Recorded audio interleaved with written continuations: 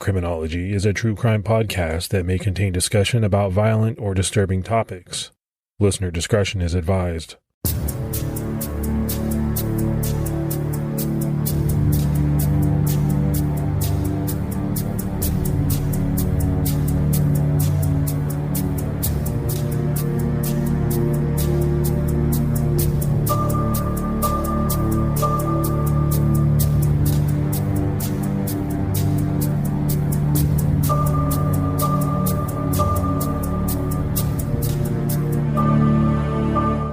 I'd like to welcome everyone back for Season 4 of Criminology. Morph, it's finally here, and we're really excited about it. This season is all about the cases that you all have heard about in 2018 being solved with the help of GedMatch, Parabon, and through forensic genealogy. All of these cases that have made headlines this year using the most cutting-edge DNA science, technology, and police work. And we all witnessed this firsthand when, in the middle of Season 2 of Criminology, during our Golden State Killer coverage, Joseph DeAngelo was arrested for those crimes. I think we became aware that this was a new era in crime fighting, and that the way police hunted criminals in cases with DNA evidence would be changed forever. We've been watching the dominoes fall as one crime after another has been solved using these methods, and we're excited to present these cases this season on Criminology. Before we dive in to this episode, we need to take care of some quick housekeeping, starting with our Patreon supporters who allow us to keep putting out this content. We had Charlene Freethy, Jess Plant, Sean McMahon, Jackie Holland, Stephanie Lewandowski jumped out at our highest level, and Alicia Kirkpatrick. So big shout out to all those folks. We appreciate the support. We appreciate all the people that continue to support us month after month. It really is amazing. Yeah, we can't thank you enough for your support. And our Patreon supporters get ad-free episodes of the podcast. As a matter of fact, this weekend, we're dropping a Q&A episode into our Patreon feed that we recorded a while back. And we discuss everything from true crime to what our favorite music is. So that should be fun. And it'll be available to all of our Patreon supporters. So if you aren't signed up yet, be sure to do so by visiting patreon.com/criminology. And another thing we wanted to remind you about are the books that we have out based on the first 2 seasons of Criminology. Season 1 is all about the Zodiac Killer, and that book is available on Amazon now as both an ebook and as a paperback, which a lot of people have been asking about. So the paperback version is out right now. And don't forget that our Season 2 book about the Golden State Killer is also out as an ebook on Amazon, and that'll also be out soon in paperback. So be sure to check those out. All right, Morph, let's get into this episode. But we need to go back to where it all began in April of this year with the arrest of Joseph DeAngelo. You know, we were fortunate enough to have on Paul Holes a couple of times. You know, he's been a friend of the show, and he walked us through some of this process. But since we've last heard from Paul, some things have changed. Between Paul Holes retiring and new details coming out of DeAngelo's arrest and court proceedings, we know a little bit more about the process than we did before and just how it went down. And since we really want to have a full understanding of that process, starting with the arrest of Joseph DeAngelo, Paul Holes joined us again to walk us through a little more detail of just how things went down. So, Paul, welcome back to the show. We appreciate you coming on. Hey, it's my pleasure. Thanks for having me. So this season is all about cases that have been solved with DNA and forensic genealogy.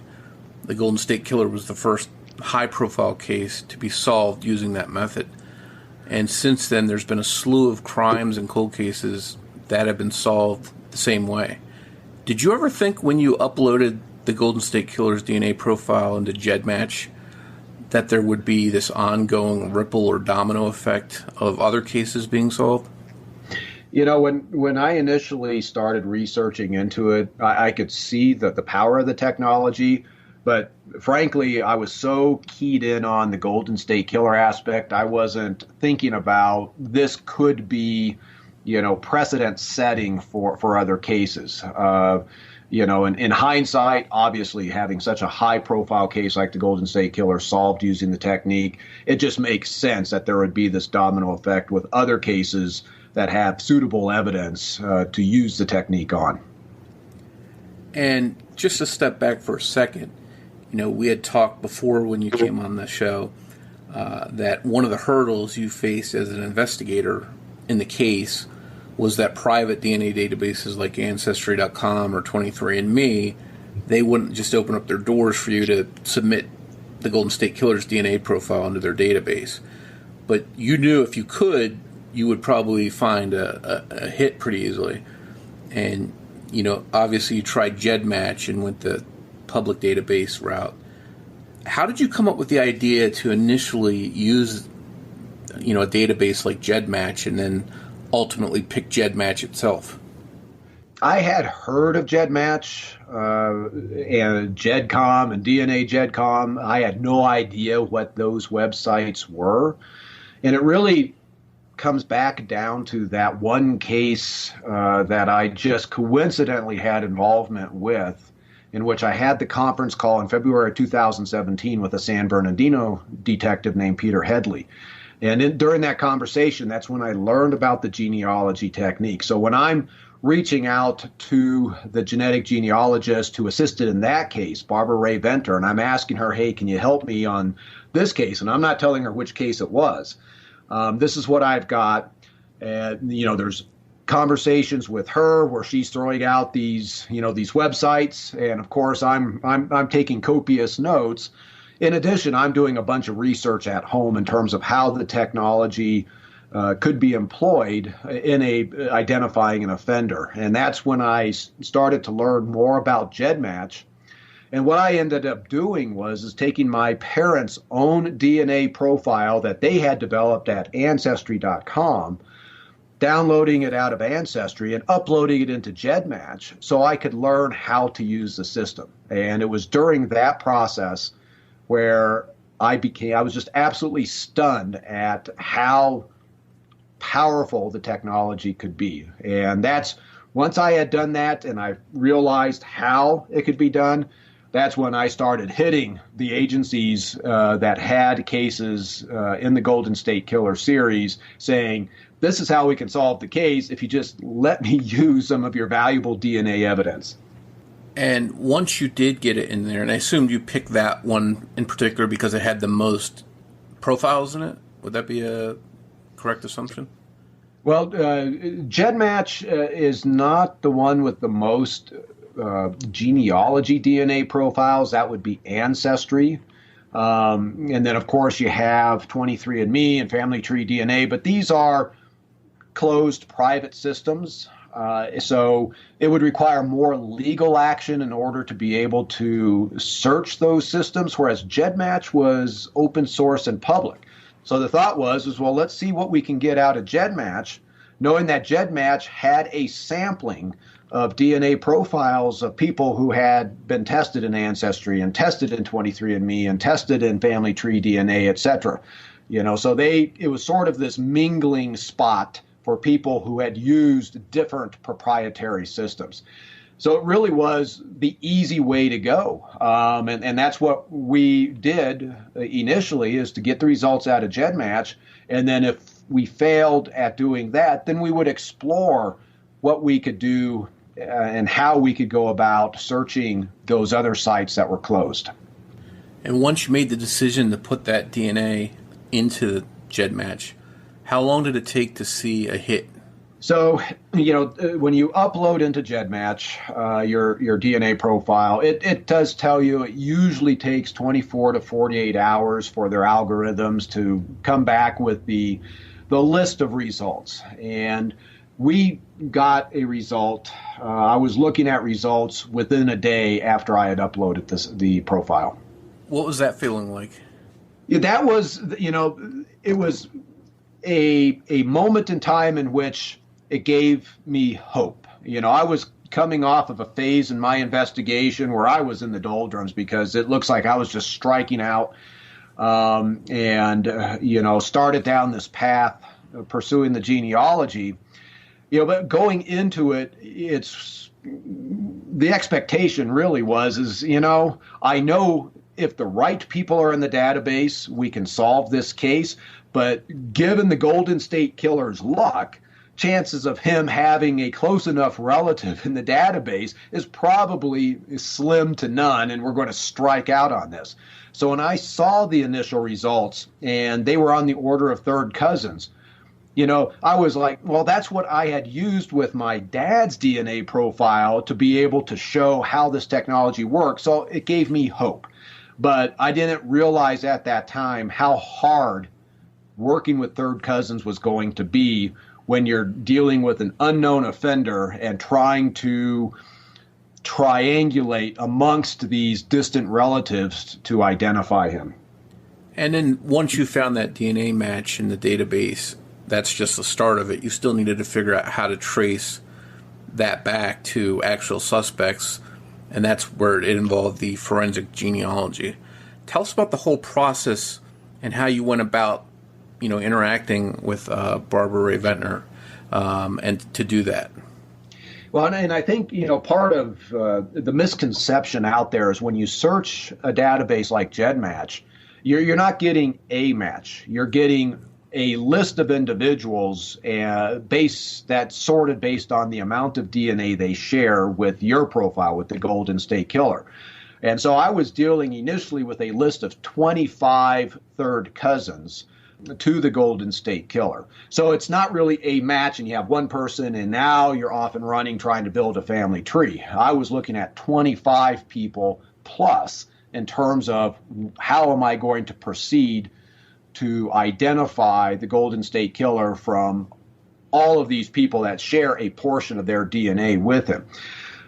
That's where Barbara Ray Ventnor and her expertise just became absolutely invaluable, because the conception going into this by us investigators is we're just going to take, each person and try to identify everybody they're related to, and the Golden State Killer is going to show up. And when she saw what we were doing, she was like, no, that's not how this technique is done. And so she gave us structure, and she explained how it is a triangulation method. What you're trying to do is you're trying to find common ancestors between at least two of the people that share DNA with the Golden State Killer. And then once you find those common ancestors, and we're having to go back into the 1820s and the 1840s, once you link those two people in your match list, now you have to identify all the descendants under those common ancestors with the hope that your offender, the Golden State Killer, is also a descendant of those great-great-grandparents. So she gave us the structure. And the funny thing initially is I found out about her on that other case from San Bernardino. When I initially reached out to her, she asked me what I had. I sent her some information, and then all of a sudden she went silent on me. And I thought she did not want to help. And sometimes these genealogists get a little skittish working with law enforcement. So I just continued to charge ahead with my FBI partner on this, Steve Kramer. And about 6 months later, Barbara just popped up out of the blue saying, hey, do you still need my help? And I was just like, yeah, and then she had a health situation in which she couldn't be able to help. And so she came in and came on board like at the most critical juncture for us to be successful. And then she gave us that structure and that guidance. And then as we are building the trees, and there was 5 of us on the law enforcement side building the trees, she was overseeing the tree building and then coming in and assessing and giving us direction as to focus on these over here. These look more promising than the other ones. And how long a process was that for her to come up with these people to give you to put that tree together? Well, we were in the genealogy aspect for about 4.5 months after we got the original DNA results. So she was in that process that entire time. probably about 2.5 months into it is when we linked two of the matches and found the common ancestors. And then it took us about 2 months from that point to identify all these descendants and investigate the males that were kind of falling into the criteria that we knew about the Golden State Killer. And of course, there was a match and the rest is history. He's arrested. Did you feel at the time this was going to be sort of what it's turned into? Did you have any inkling? I know you said that the technology, you knew it had potential, but did you see all these potential cases that have been solved in the past several months getting solved on that quickly? After going through the process and seeing how hard it was, the initial thought is that this technology will solve other cases. But most of these cases are still going to be really tough to solve. I did not expect, with the I think 7 cases that I've become aware of that have been solved using this, that it would happen that rapidly as soon as the Golden State Killer success.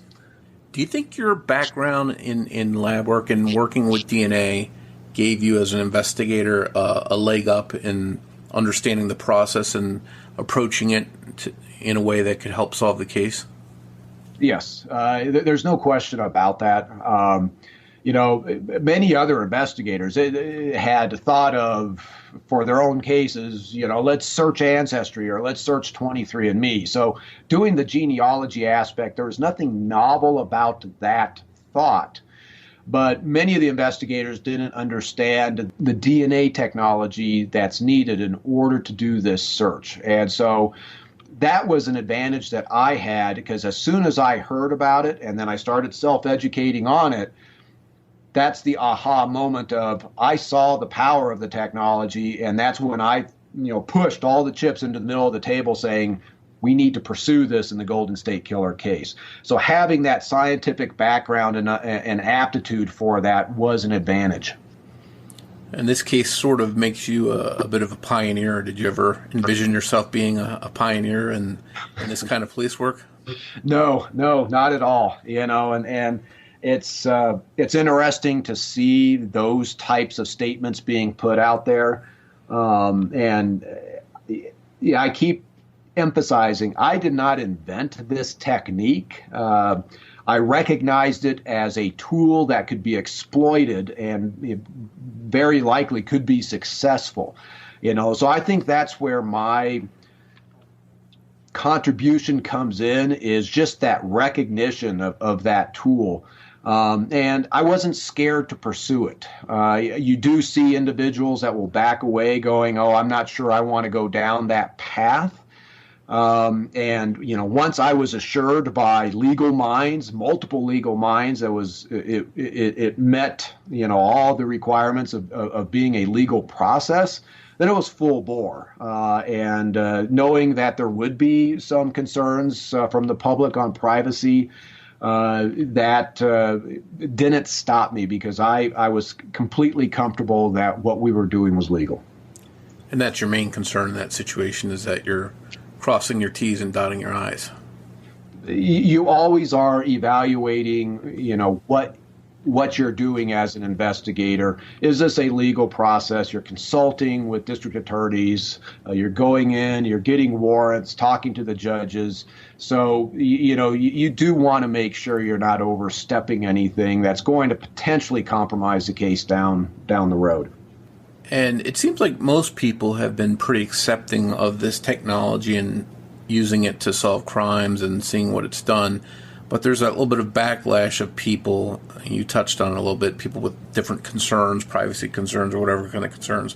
What would you say to those kind of people that have those concerns about this whole process and the way it's being used to solve crimes? Well, I completely understand why people might have some concerns. There is a stigma of law enforcement having access to somebody's DNA, and I look at it knowing the technology and knowing exactly what I had access to and what I didn't. I think for those people that have privacy concerns, it would be well worth their efforts to really learn what the technology is and what law enforcement is able to access and not access. Most notably, there at no point in this process am I ever seeing anybody's DNA profile that they've uploaded into GedMatch. I can't see their genetic information. I can't download their genetic profile so I can start taking a look at whatever genetic or medical proclivities their genes might hold. Basically, all I see is how much DNA the person in the database shares with the profile that I uploaded. It's as simple as looking at a number, 65. That just gives me a starting point to build a family tree to see if I can find a common ancestor between that person and the person that had my profile, the Golden State Killer. The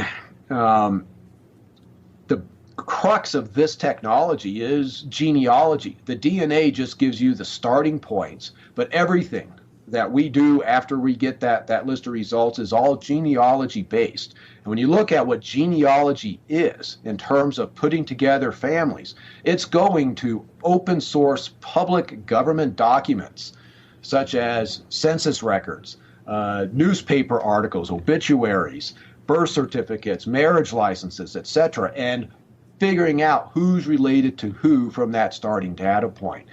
Anybody can decide, I want to know, Mike Morford's family lineage and start building your family tree back in time once they've identified who you are. So we're just using what is publicly available as part of this technique, and that is really the bulk of the work in this technology. Over the past few months, with these cases that have been in the news that we've all heard being solved, how many of those people maybe reached out to you to say, can you give us a little guidance? Can you walk us through what you did to assist us in our cases? There's been a couple of those agencies that I had talked to ahead of time, and they had already commenced kind of marching down the genealogy route, in part because they had a previous relationship with Parabon, and Parabon had done some phenotyping for them, so it was relatively quick for them to take the previous DNA testing they had done on their case in order to be able to convert it into a genealogy profile and search GedMatch. And of course, Parabon has gone out there and started to provide a great service to these agencies, and have been successful. There's other agencies that have reached out to me on their cases, which right now there is nothing in the headline saying they've solved their cases. And I've gone around and have provided some training to some law enforcement entities on how this process is done, so they have a better understanding on what it takes in order to do it. And so you think right now behind the scenes there are other cases like this that are coming down the home stretch, hopefully, for being solved using the same methods? Oh, there absolutely are, yes. Obviously the Golden State Killer is the most well-known one that perhaps you've been associated with or worked on, but as an investigator, I'm sure you've worked on a lot of different cases that have been important to you. What are some of the cases that you think that you know of that might benefit or be solved using the same method? Oh, wow. Any unsolved case that has offender DNA has the potential to be solved. And that's really the first thing that any agency needs to figure out is, do they have DNA from the offender in their case?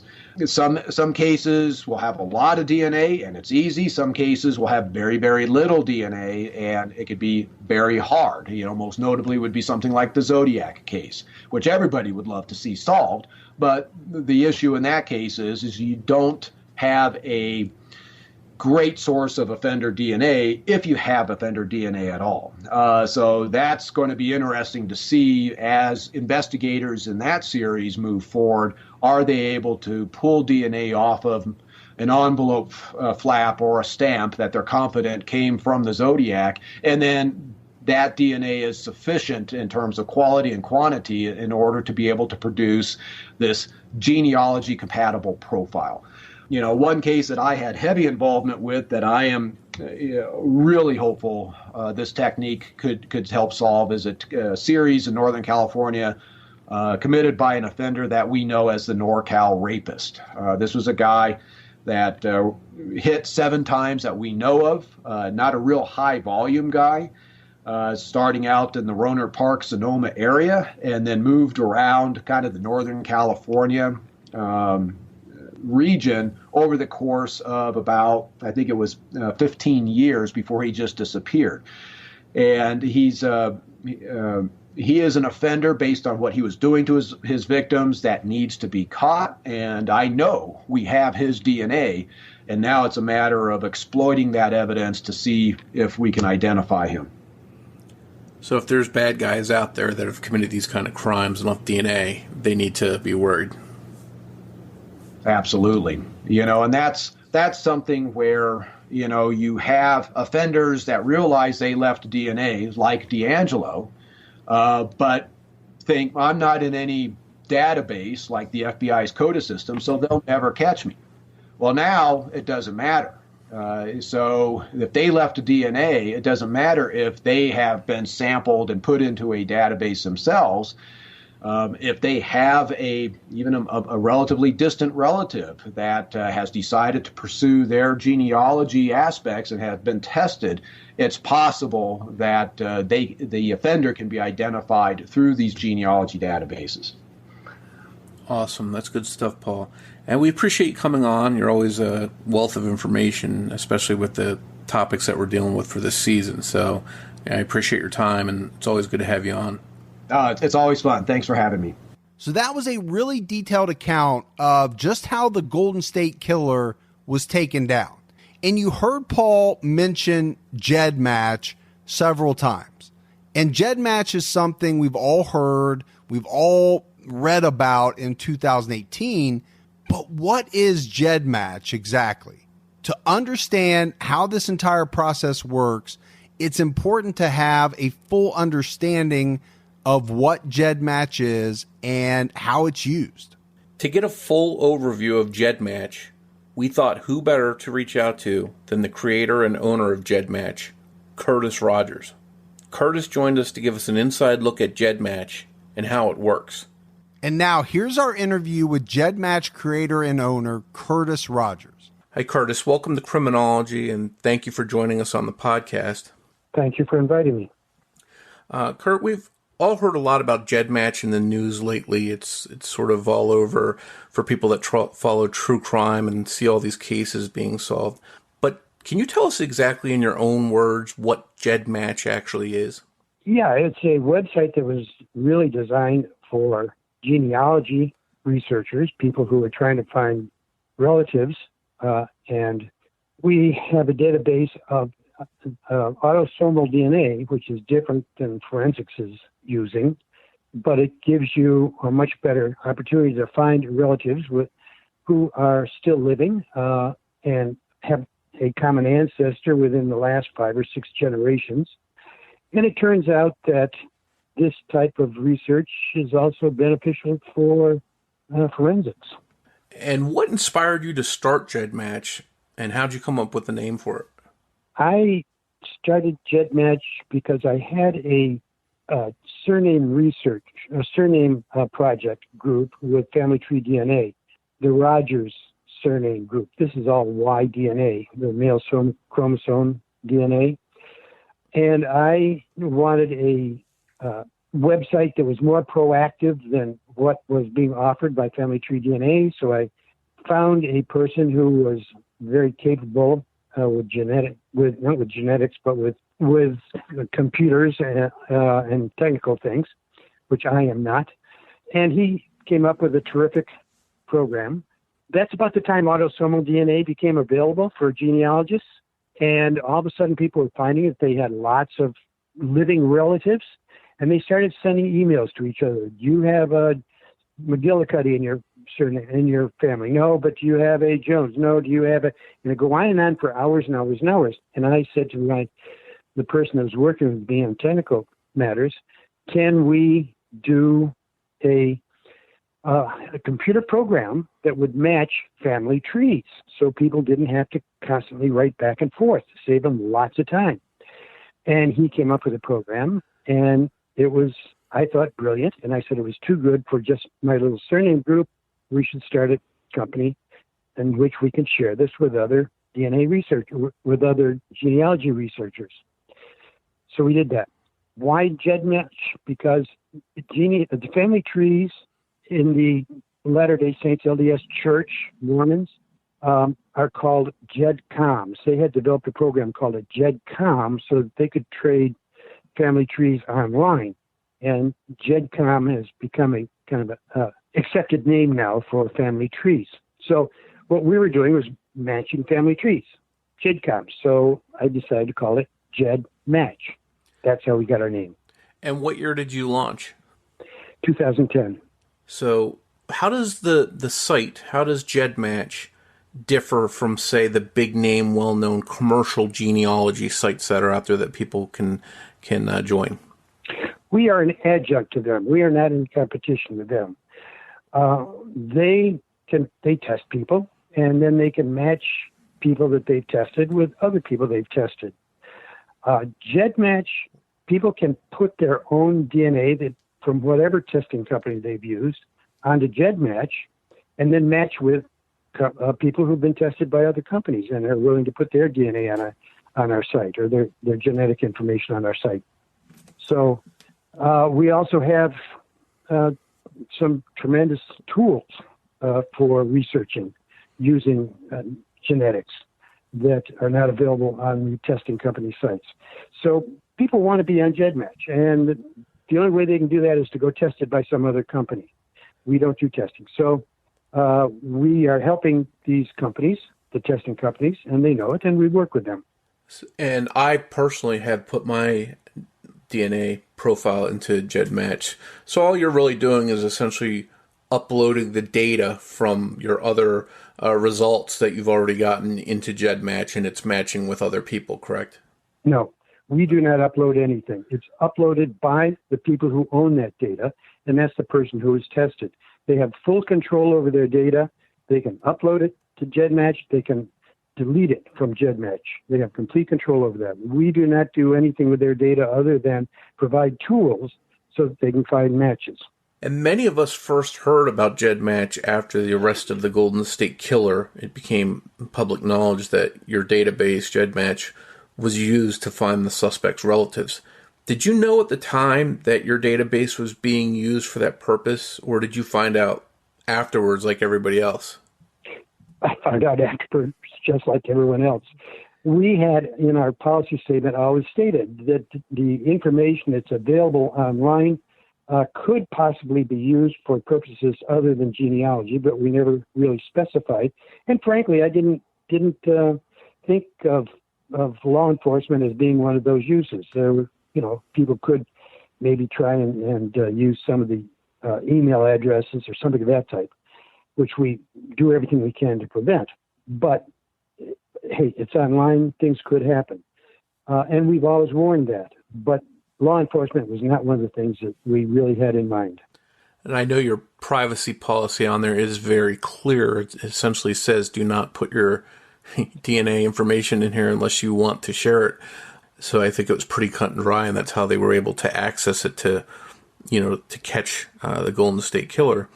Right. But since then, there's been several high-profile arrests, and GedMatch obviously is making national news.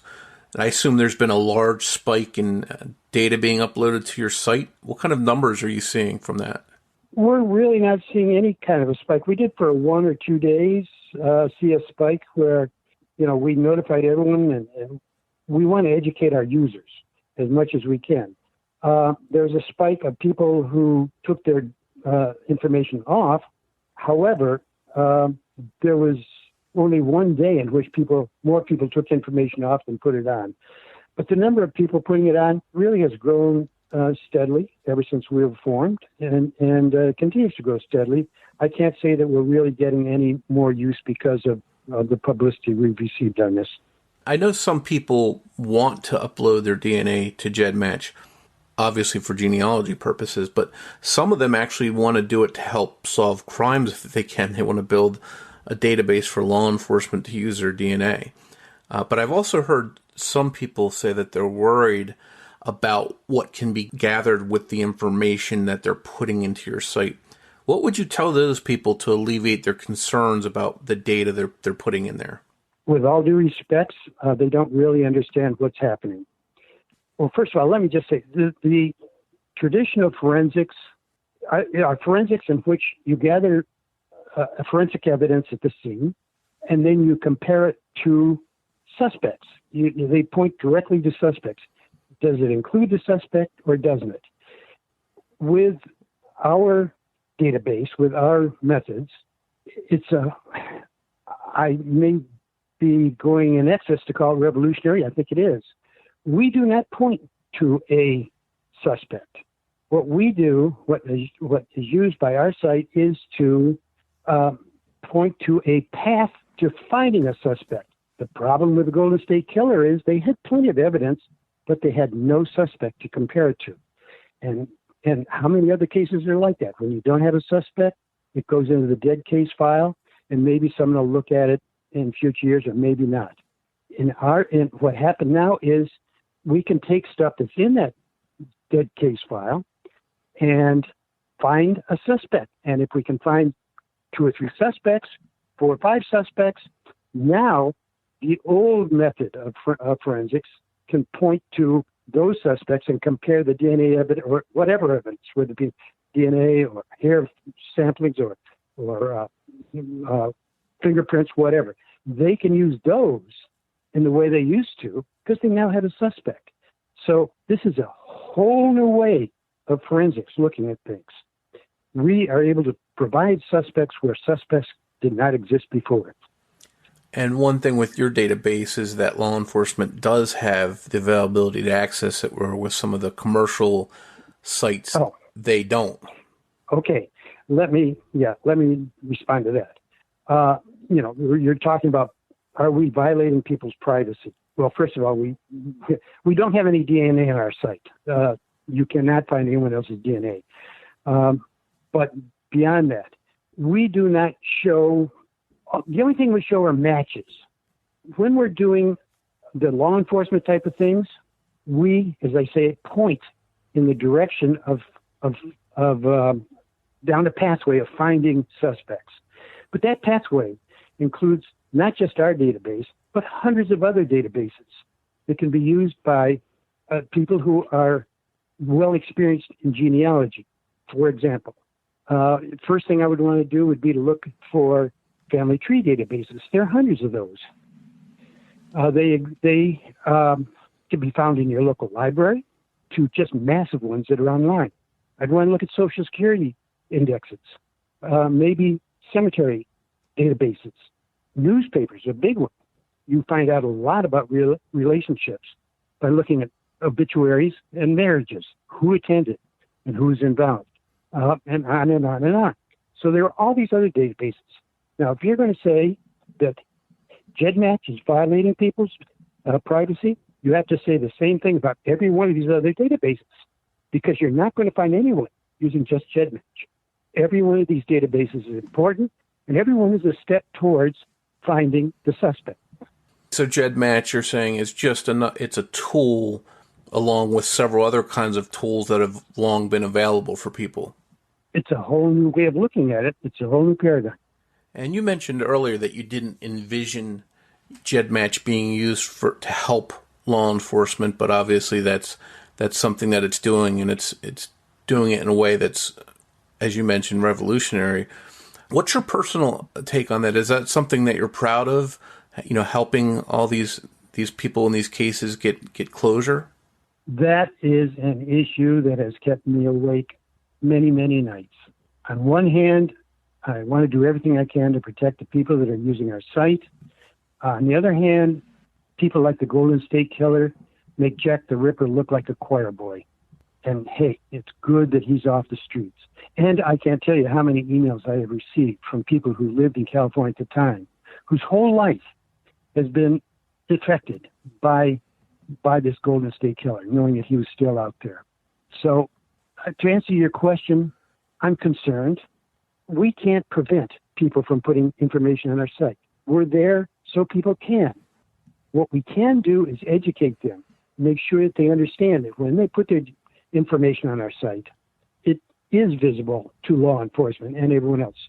So we've gone on a tremendous campaign to make sure that as much as possible, all of our people know things like this interview, to help people understand what happens. We don't think we're violating privacy anymore, as I said, than all these other databases, but we still want to make sure that our people are as educated as possible. You talked earlier, let me answer a question of something you said earlier, which was about people wanting to put their DNA on our site. Yes, I've gotten many emails from people saying, yes, I want to make sure that I'm there. If I have a criminal in my background, I'd love to have them get caught. One letter in particular, one email stands out, and that's a woman who wrote me just two sentences saying, I want to make sure that my information is as visible as possible on your site.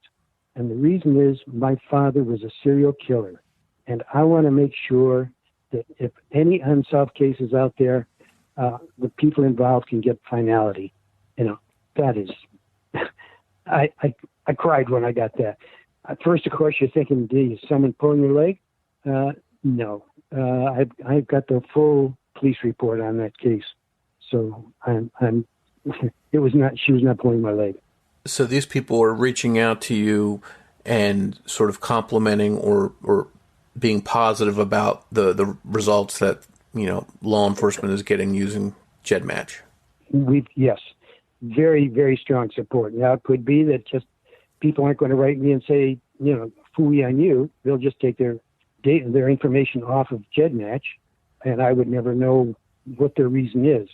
Because people are always putting their information on and taking it out. Some people just want to put their information on for a day or two and see what matches they have and then take it off, and then they'll come back maybe a month or two later and do the same thing. Some people want to do that. So I have no way of knowing what reason people have for taking their data off. And certainly probably they're more motivated to write me saying, gee, thank you for all you're doing, rather than saying, to heck with you. And do you plan on keeping it as accessible as it is now, or do you plan on at some point ever locking down or making it more private, I guess would be the right word? Genealogy is a contact sport. You have to contact your relatives. And that's what we're there for, to help people to find and contact relatives. I don't know how we could tighten down on it and still be of any value to genealogists or to law enforcement or to whomever. No, at this point, we have no plans to do that. If someone has a great idea how we can do both, make sure that we fulfill the needs of genealogical researchers and at the same time make things more private, we're wide open to it. But I'd love to hear it. But I haven't found a way yet. How many profiles currently do you have in GedMatch? Between 1 million and 1,100,000. It's pretty close to probably about 1,050,000. Every day we get well over 1,000 more. So that's going to be building up, and as time goes by, that number will continue to expand, hopefully. Sure does, yeah. Well, as somebody that supports law enforcement and supports these cases being solved and people getting justice, I think it's a very admirable thing that you've allowed law enforcement to take part in solving some of these crimes using GedMatch, even though that wasn't its intended purpose necessarily. I applaud you for having it out there for law enforcement to do that. Thank you. As I said, I just want everyone to go into it with their eyes open and let the marketplace decide. Let's not get regulations that'll throw the baby out with the bathwater. Absolutely. I appreciate you coming on, Kurt. That really is informative, and I look forward to hearing more news about GedMatch being used to solve some of these high-profile cases. Happy to do it. Thank you very much. We hope that interview with Curtis Rogers was enlightening and helps to give you a full understanding of just how the GedMatch database works in aiding law enforcement. Because as we go along this season, we'll be referring to that database repeatedly. And I think it's important that Curtis addressed privacy concerns. Because even though there are many people who support law enforcement using GedMatch for catching criminals, there's also a lot of people that question its use, or at least they're worried about privacy concerns. So far, we've heard how Paul Holes and company used GedMatch to ID Joseph DeAngelo, and about that DNA database itself. But the police work and database are just two tools used in this process. Yeah, Morph. In fact, Paul Holes pointed out specifically that he needed help to find and pinpoint DeAngelo, and that help came in the form of forensic genealogy. And this forensic genealogy is going to play a huge role in the cases that we'll be discussing this season. We'll dive into that in the next episode. And before most of us even heard of GedMatch, there was another tool being used by law enforcement. And that tool came in the services of the company Parabon Nanolabs. And they've also been in the news lately, in concert with many cases involving GedMatch. We'll have an extensive conversation with Steve Armentrout of Parabon Nanolabs in the next episode. And he'll walk us through their history, as well as their evolving technology and support techniques in working with law enforcement, including their groundbreaking efforts to create composites of suspects based on their DNA. All right, Morph, this is a good place to wrap up episode 1 right here. Everyone, make sure you are subscribed to the podcast if you're not already, so that you don't miss a single episode. Also, if you haven't done so and you love the show, go out, give us a rating. That goes a long way towards helping other people find the show. If you'd like to find us on social media, we're always around and we try to be responsive. You can find us on Twitter with the handle @CriminologyPod, or you can find us on Facebook by searching Criminology Podcast. You can also join our discussion group on Facebook by searching Criminology Podcast Discussion and Fans. All right, that's it for episode 1. We're excited about this season. We really think we're going to bring you some great information. And again, we're coming at you every week again, so we'll talk to you next week. We'll see you back next week.